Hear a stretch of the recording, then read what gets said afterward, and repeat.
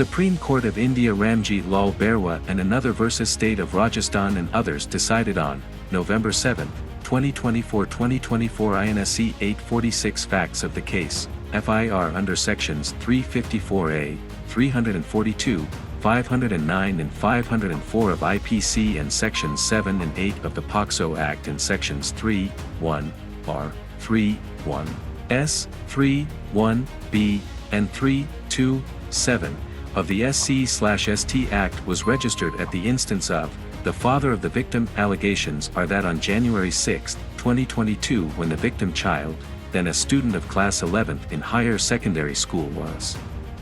alone in the classroom, the third respondent, who is a teacher, came there and started patting her cheeks and soon put his hand inside bodice and rubbed her breast. The accused followed to stop her and hurled abuses with ugly words etc.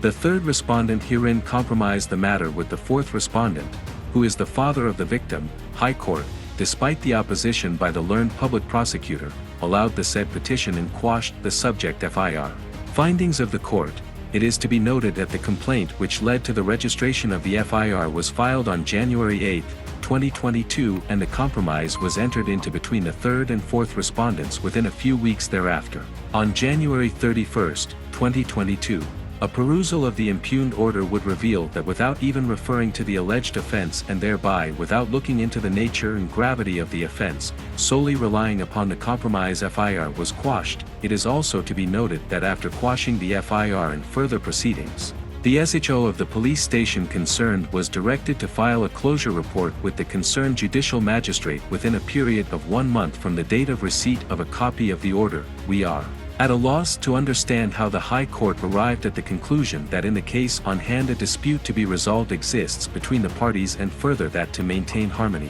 the FIR and all further proceedings thereto should be quashed even without adverting to the allegations raised against the third respondent in the subject FIR. It is relevant to note that in the case on hand the victim was then a student of class 11th in the higher secondary aged 16 years. The statement annexed to the FIR of the complainant, the fourth respondent itself, would reveal that on January 8, 2022 he complained about the pressure from the third respondent to restrain him from lodging report. The compromise was entered immediately thereafter on January 31, 2022. Despite the said position, the court has not chosen to consider whether the compromise entered into between the parents and the accused could be acted upon or not, in the interest of justice, taking note of the serious allegations leveled against the third accused and in view of the law laid down in John Singh's case. It is more so, when the extracted portion from the complaint that was annexed to the FIR and extracted hereinbefore would reveal that the accused was making pressure on him not to lodge any report.